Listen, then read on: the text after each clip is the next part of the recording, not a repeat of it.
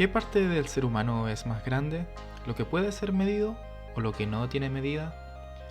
Hay dos funciones principales del hombre, siendo la vida y el pensamiento, que están en el dominio de lo inmensurable. Sabemos de forma tan vaga y tan imperfecta lo que el hombre realmente es, y tenemos dentro de nosotros mismos tanto que es enigmático e incomprensible desde el punto de vista de la geometría de las tres dimensiones, que no tenemos razones para negar otras dimensiones de nosotros mismos. Por el contrario, tenemos motivos amplios para buscar otras dimensiones precisamente dentro de nosotros. Y debemos confesarnos clara y precisamente a nosotros mismos que no tenemos la mínima idea de lo que realmente es el ser humano. Para nosotros es un enigma, y debemos partir aceptando este enigma como tal. En el video de hoy vamos a tratar de acercarnos a esa verdad, mirando a través de los lentes de diversos autores, quienes, a su manera, han escrito lo que no puede ser explicado con palabras. Debe ser advertido que con el fin de encontrar el verdadero significado de la idea de hombre, es necesario entender que la idea es mucho más compleja de lo que generalmente se piensa. Esto es porque para su correcta expresión y entendimiento de nuevas palabras, la idea requiere nuevos conceptos y un conocimiento que muy fácilmente puede no estar en posesión del hombre mismo. La idea en sí retrocede hacia el infinito y requiere un enfoque particular, esto es, desde la dirección del infinito.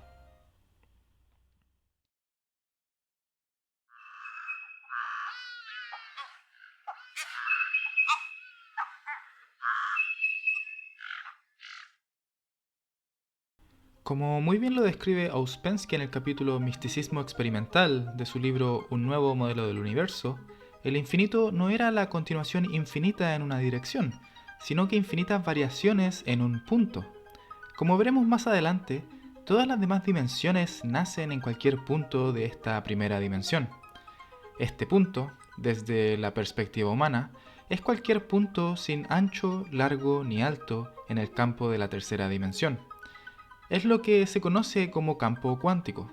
La autora Lori Ladd, en su libro El diseño divino, lo describe como un espacio energético que permite infinitas posibilidades de expresión a través de frecuencia y dimensión. Es en este punto del campo cuántico donde reside todo lo que siempre es, fue y será. Según sabiduría canalizada de las Pléyades, llamada Satya, este punto, en la primera dimensión 1D, es la gravedad. Más específicamente para nosotros, el núcleo de cristal de hierro que hay en el centro de la Tierra. Según sus palabras, la gravedad es en la primera dimensión de cualquier sistema, proporcionando los eslabones de comunicación entre las 9 dimensiones de inteligencia. Todas las demás dimensiones nacen en cualquier punto 1D, y conforme se alejan de su centro, se vuelven cada vez menos sólidos. Pero, ¿cómo parte todo esto de la gravedad? De la misma fuente, la gravedad se describe como la primera dimensión de cualquier sistema que genera el eje vertical de manifestación a partir de sí mismo.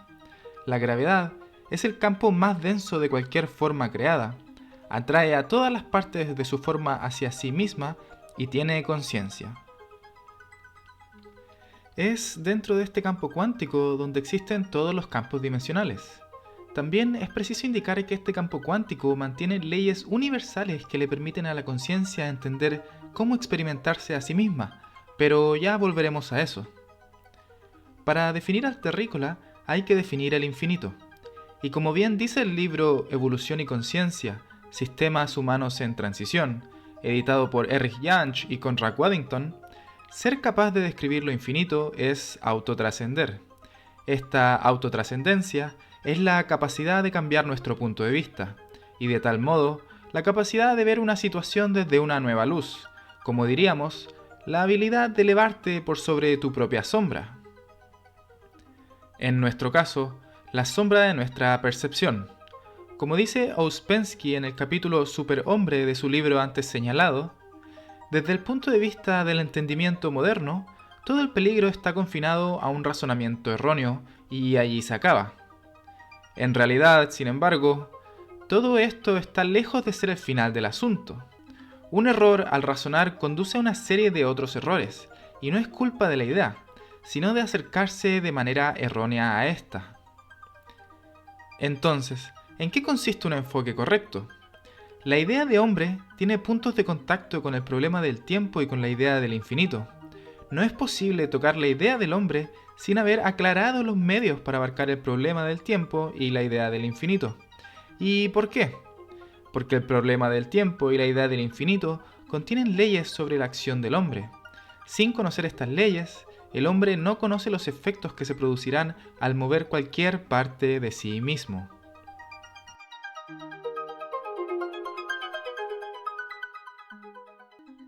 El problema del tiempo es el mayor enigma que la humanidad ha tenido que enfrentar. Y te la voy a hacer corta. La revelación divina, el pensamiento filosófico, la investigación científica y el conocimiento oculto convergen en un punto, con respecto al problema del tiempo, y todos llegan a la misma conclusión, de que el tiempo no existe. ¿Y por qué? Porque no existe la aparición y desaparición perpetua y eterna de algún fenómeno. No hay una fuente que fluya incesantemente de acontecimientos que aparecen y desaparecen constantemente. Porque si recuerdan el campo cuántico, todo existe siempre. Solo existe un presente eterno, el eterno ahora, o el presente continuo infinito, el cual nuestra débil y limitada mente humana no puede ni comprender ni concebir. Esta idea del eterno presente es para nada la idea de una fría y despiadada predeterminación de todo, de una exacta e infalible preexistencia. Sería equivocado decir que si todo ya existe, si es que el futuro remoto existe ahora, si nuestras acciones, pensamientos y sentimientos han existido por decenas de cientos de miles de años y continuarán existiendo para siempre, significa que no hay vida, no hay movimiento, no hay expansión ni evolución. La gente dice y piensa así porque no entienden el infinito y quieren medir la inconmensurable profundidad de lo eterno con sus débiles y limitadas mentes finitas. Por supuesto que están destinados a llegar a las más desesperadas de todas las soluciones posibles al problema. En realidad, todo es, nada puede cambiar, todo existe eternamente y de antemano. Todo está muerto e inamovible en formas congeladas en medio de las cuales late nuestra conciencia, la cual se ha creado para sí misma la ilusión del movimiento de todo alrededor de ella, un movimiento el cual en realidad no existe.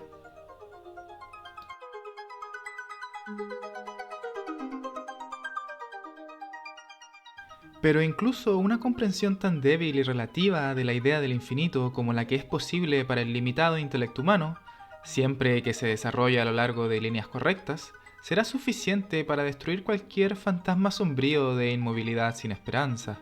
Mi rey, el mundo es un mundo de infinitas posibilidades. Como recuerdo que el Crayon se refería a esto en su libro No piense como un humano, canalizado por Lee Carroll, es como si fuéramos vagones yendo en la vía del tren. Es sabido a dónde llega la vía y de dónde viene, pero si vamos lento o rápido, o nos detenemos, o si cuidamos de nuestro vagón, o lo pintamos, o si nuestro vagón explota, o si va en la dirección opuesta, o nos cambiamos de vía, eso lo definimos y creamos nosotros en el presente a cada instante. ¿Y por qué? Porque nuestra mente siempre sigue el desarrollo de posibilidades en una sola dirección, cuando de hecho, cada momento contiene un gran número de posibilidades, y cada una de ellas es actualizada, solo que nosotros no lo vemos ni lo sabemos. Siempre vemos solo una de las actualizaciones, y esto se basa en la pobreza y limitación de la mente humana. Pero si tratamos de imaginar la actualización de todas las posibilidades del momento presente, luego del momento siguiente y así sucesivamente, sentiremos que el mundo crece infinitamente, se multiplica incesantemente por sí mismo y se vuelve inconmensurablemente rico y completamente diferente del mundo plano y limitado que nos hemos imaginado hasta este momento. Habiendo imaginado esta infinita variedad, sentiremos por un momento el sabor del infinito y comprenderemos cuán inadecuado e imposible es abordar el problema del tiempo con medidas terrenales. Comprenderemos qué riqueza infinita de tiempo, yendo en todas las direcciones, es necesaria para la actualización de todas las posibilidades que surgen en cada momento. Y comprenderemos que la idea misma de posibilidades que surgen y desaparecen es creada por la mente humana, ¿Y por qué? Porque de lo contrario estallaría y se rompería con un solo contacto con la actualización infinita. Esto es más explicado por la autora Lori Ladd y otros autores que veremos más adelante.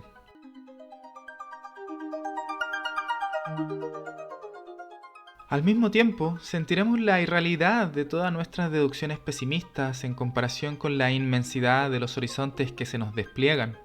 Sentiremos que el mundo es tan infinitamente grande que la idea de que existan límites en él, la idea de que exista algo que no esté contenido en él, nos parecerá ridícula. ¿Dónde entonces debemos buscar una verdadera comprensión del tiempo y del infinito? ¿Dónde buscamos esta infinita extensión en todas direcciones de cada momento? ¿Qué caminos conducen a ella? ¿Qué caminos nos llevan al futuro que ya existe ahora? O mejor, ¿dónde encontramos los métodos correctos para tratar con ello? Estas son preguntas a las cuales el pensamiento moderno no nos da respuesta. Pero el pensamiento humano no siempre ha sido tan indefenso ante estos problemas. Han existido y existen otros intentos en resolver los acertijos de la vida. En este punto, llegamos a depender de la forma particular de pensar de cada hombre respecto a su símbolo que representa al hombre.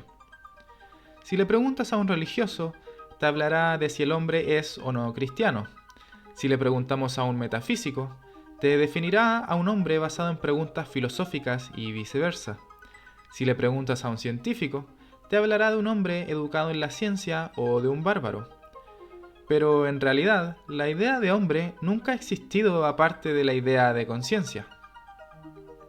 Como ya hemos dicho, el hombre se define a cada instante, y como veremos más adelante, gran parte de definir lo que el hombre es, viene de su intento de definir lo que no es, aquello que vemos como exterior a nosotros, digamos desde nuestra piel hacia afuera. Y esto tiene origen en el despertar de la conciencia. ¿Y por qué? Porque precediendo al desarrollo de conciencia viene la percepción a través de la atención y el interés, los cuales solo se estimulan cuando en el entorno hay un mínimo de ambigüedad, de secretismo, de alboroto e indeterminación. La indeterminación constituye un reto para la autoconciencia. A medida que el hombre pone orden a su entorno, toma conciencia de sí mismo. El desafío que la indeterminación plantea a su interés es vital. Ninguna criatura soporta no soportar nada. Como dice Hermann Weyl en su libro Espacio, Tiempo, Materia, desde que la mente humana despertó por primera vez de su letargo y se le permitió darse rienda suelta, nunca ha dejado de sentir la naturaleza profundamente misteriosa de la conciencia del tiempo, de la progresión del mundo en el tiempo, del ser que está siendo, del devenir del ser que se está transformando continuamente. Los contenidos de la conciencia no se presentan simplemente como ser, sino como ser ahora, llenando la forma del presente duradero con un contenido variable. De modo que no se dice que esto es, sino que esto es ahora, mas ahora ya no es. La naturaleza propia de una cosa real es ser inagotable en contenido. Al añadir nuevas experiencias, en parte contradictorias, como por ejemplo el día y la noche, al ponerlas en armonía una con otras, en esta interpretación, las cosas del mundo real pasan a ser ideas aproximadas, como el día a día. De allí surge el carácter empírico de todo nuestro conocimiento de la realidad. Y si nos proyectamos fuera de la corriente de la conciencia, se hace lo que llamamos un antes y un después.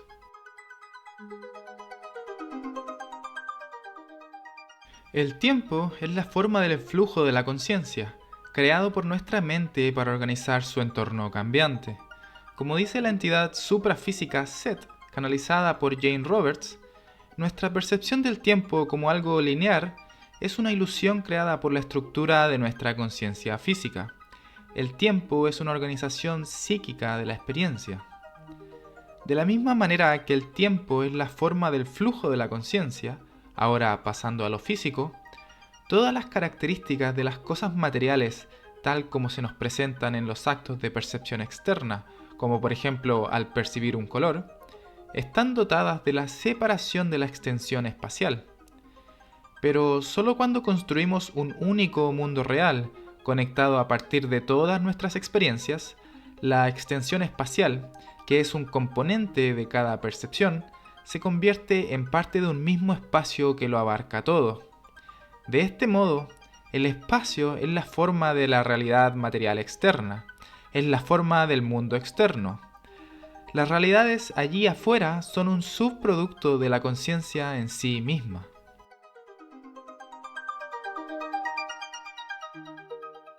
Una y otra vez advertimos las características básicas de los sistemas autotrascendentes, a saber, el ser como la perpetua transformación de algo que está haciendo, la unidad de la existencia y el tiempo. Los sistemas vivos como el humano son, por tanto, generadores de tiempo. Tejen, por así decirlo, un patrón de hilos temporales. La pregunta ¿qué había antes de la vida? Ya no puede plantearse desde esta perspectiva. ¿Qué había antes del tiempo? Aquí se hace evidente la absurda representación del tiempo mediante los relojes clásicos que cuelgan en nuestras paredes. Ahora bien, si los mundos de la conciencia y de la realidad trascendental fueran totalmente diferentes entre sí, o más bien, si solo el acto pasivo de la percepción salvara el abismo entre ellos, el estado de las cosas seguiría siendo como lo acaba de representar Weil, es decir, un presente duradero, pero sin espacio, y por otro lado, una realidad espacialmente extendida, pero sin tiempo, de la cual el primero, un presente duradero, solo contiene una apariencia variable.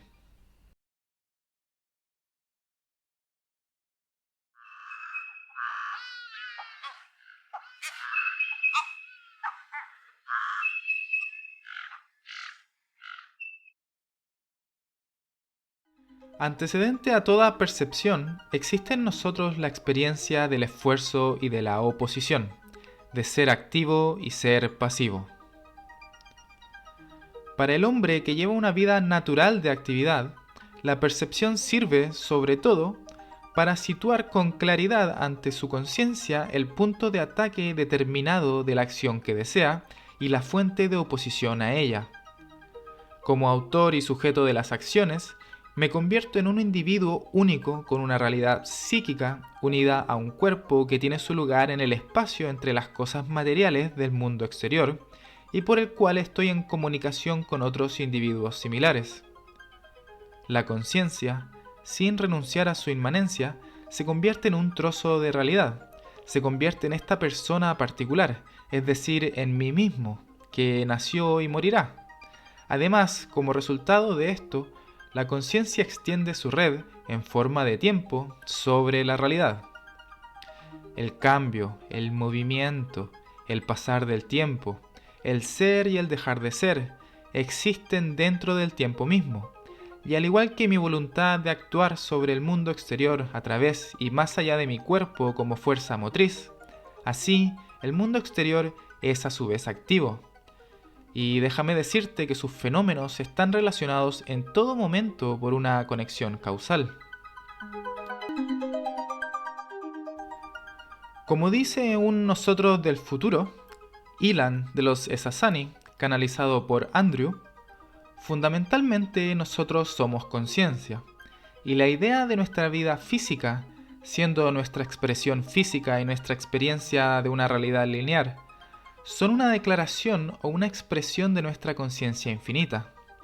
Tan completa es esta expresión de la existencia lineal que realmente comienzas a envolverte tan firmemente dentro de la idea del tiempo y del espacio que realmente impones un olvido de que eres de hecho conciencia pura.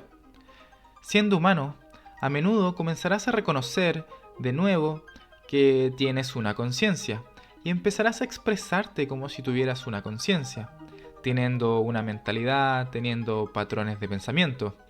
Pero realmente, y de manera más acertada, solo hay una manera de verlo, y es que tú no tienes una conciencia. Tú eres una conciencia expresándote a ti misma en términos físicos, expresándose en términos lineares. Es la manera en la que tu conciencia interactúa con sí misma cómo se produce el efecto que llamamos realidad física. Ser 100% humano es gastar el 90% de nuestra energía en hacernos parecer que solo usamos el 10%. Como dice Manly Hall, así es el hombre mismo, el cielo, la tierra y el infierno, en una pieza, y su propia salvación es un problema muchísimo más personal de lo que él se imagina. ¿Y por qué? Porque penetrando la profundidad de ideas como las cuales estamos discutiendo, se pueden encontrar no solo un significado, sino varios. El mundo de hoy, habiendo hecho la idea del hombre concreta en un solo sentido, la ha privado de su poder interno y de cierta frescura. La aparición del hombre, y por tanto de la conciencia, va unida a la aparición del cuestionamiento. La conciencia amplía el margen entre lo factual y lo posible. En el mismo momento en el que el hombre toma conciencia de la falta de regularidad, reconoce también las posibilidades inherentes a esta falta. De este modo, una pregunta se convierte en el desencadenante de un deseo, y al mismo tiempo, el deseo se convierte en el desencadenante de la pregunta. El deseo de comprender y el deseo de actuar de forma independiente son dos caras de la misma moneda.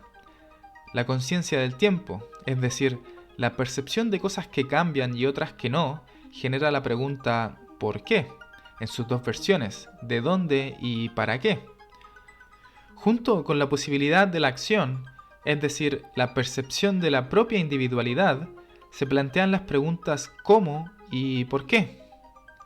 El hombre solo puede comprenderse a sí mismo comprendiendo su entorno, y solo comprende su entorno transformándolo activamente en un mundo, su mundo. Por lo tanto, el hombre es el más abierto de todos los seres vivos, no solo porque tiene el mayor potencial de desarrollo, sino también porque reconoce este potencial.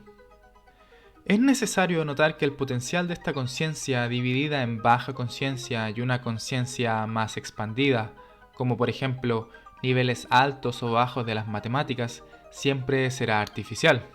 En realidad, por supuesto que la baja conciencia no es nada más que una conciencia limitada del todo, y la conciencia más expandida es más amplia y menos limitada.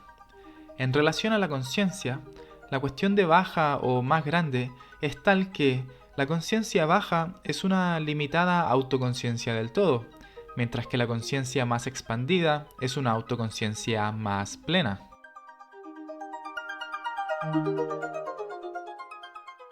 ¿De qué manera, entonces, se relaciona tal entendimiento sobre la idea de hombre y su conciencia con el problema del tiempo y la idea del infinito? Nuevamente, en el alma del hombre, y no hay nada fuera de él. ¿Cómo debe ser esto entendido? El tiempo no es una condición de la existencia del universo, más bien solo una condición de la percepción del mundo por nuestro aparato psíquico, el cual impone al mundo condiciones de tiempo, ya que de otra manera nuestro aparato psíquico no podría concebirlo. Esto significaría entrar a aceptar la propuesta de que el tiempo y el espacio son nada más que formas de la percepción de nuestros sentidos, y se originan en nuestro aparato psíquico llamado la mente. Sin embargo, no podemos concebir el infinito sin relación con el espacio y el tiempo. Por lo tanto, si el espacio y el tiempo son formas de nuestra percepción y se encuentran en nuestra alma, se deduce que las raíces del infinito deben buscarse también en nosotros, en nuestra alma. Y quizás podríamos definir nuestra alma como una infinita posibilidad de la expansión de nuestra conciencia.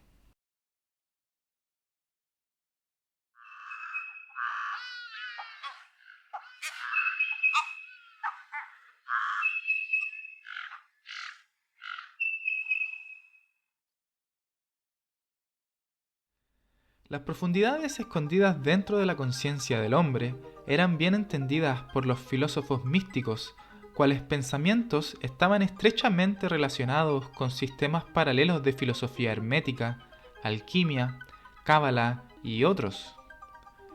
El hombre contiene en sí mismo el cielo y el infierno, decían, y su representación de hombre a menudo lo mostraba con diferentes caras de Dios y las palabras de luz y obscuridad en él. Ellos afirmaban que penetrando en las profundidades de él mismo, el hombre puede encontrar todo, obtener todo, y lo que obtiene dependerá de lo que busca y cómo lo busca. Y ellos no entendían esto como una alegoría. El alma del hombre se les presentaba a ellos como una ventana o varias ventanas mirando al infinito. Y un hombre en la vida ordinaria les parecía viviendo como si fuese en la superficie de sí mismo, ignorante e incluso inconsciente de lo que se encuentra en su propia profundidad. Si pensaba en la infinidad, la concebía fuera de sí mismo. En realidad, el infinito está dentro suyo, y al penetrar su alma de manera consciente, el hombre puede encontrar el infinito, puede entrar en contacto con él y entrar dentro de él. Y llegaría a coronar su descubrimiento al darse cuenta de que la tierra de promisión de todas las naciones es el cuerpo humano, y que esta es la tierra santa consagrada a los dioses. Comprenderían y se darían cuenta de que sus propios cuerpos son los santos sepulcros que tanto tiempo han permanecido en manos de los infieles, y comprenderían igualmente que no hay infiel de raza alguna tan malvado y desalmado como el que mora en el corazón del hombre mismo, y que no hay enemigo mayor de la fe que la propia naturaleza inferior del individuo, ni Judas comparable al egoísmo, ni traidor peor que la ignorancia, ni tirano como el orgullo, ni peor mar rojo que deba ser cruzado como la naturaleza emocional del hombre, que brota de los centros formadores de la sangre del hígado.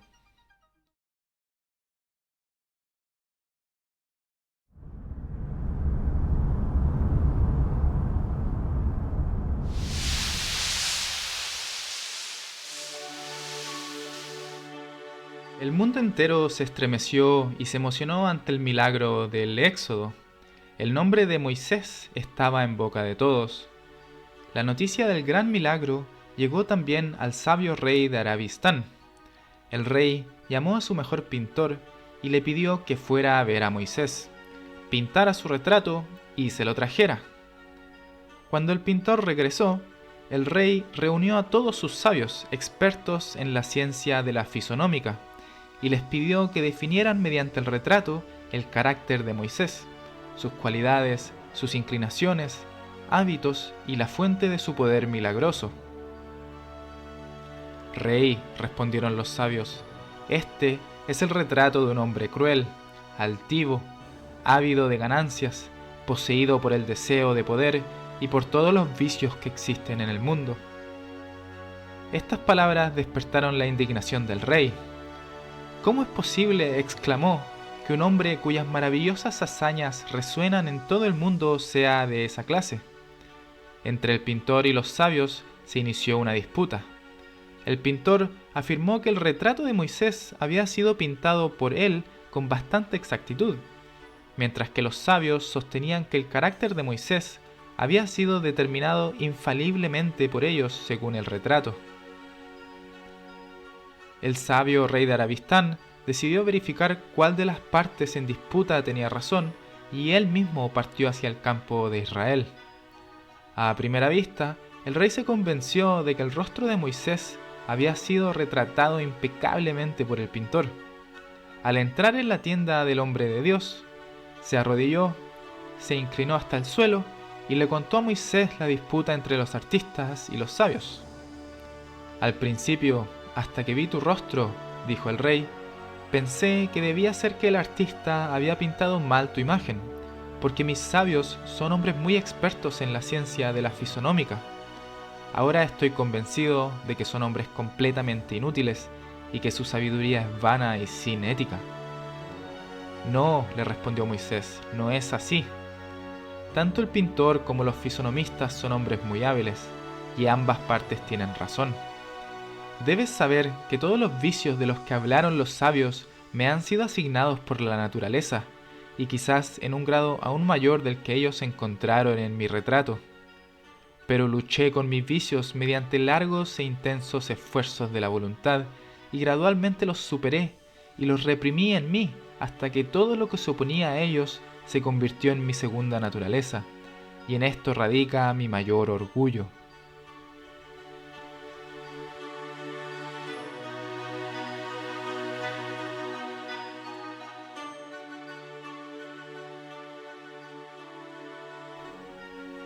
El hombre indiscutiblemente es un gran luchador.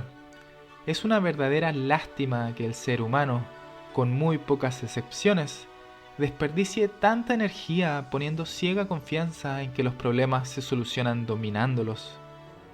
El hombre cree en la fuerza, en la violencia, en la superioridad y estima mucho menos otros factores como la armonía, la vibración y la igualdad. Muchas gracias.